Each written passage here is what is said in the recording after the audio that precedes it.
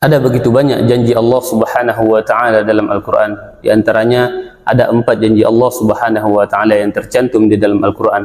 Yang pertama kata Allah Subhanahu wa taala, "La in syakartum la azidannakum."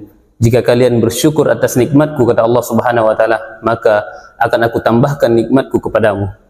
Kemudian yang kedua janji Allah Subhanahu wa taala dalam Al-Qur'an, "Ud'uni astajib lakum." Berdoalah kepadaku, mintalah kepadaku, maka niscaya aku akan mengijabah doa-doamu.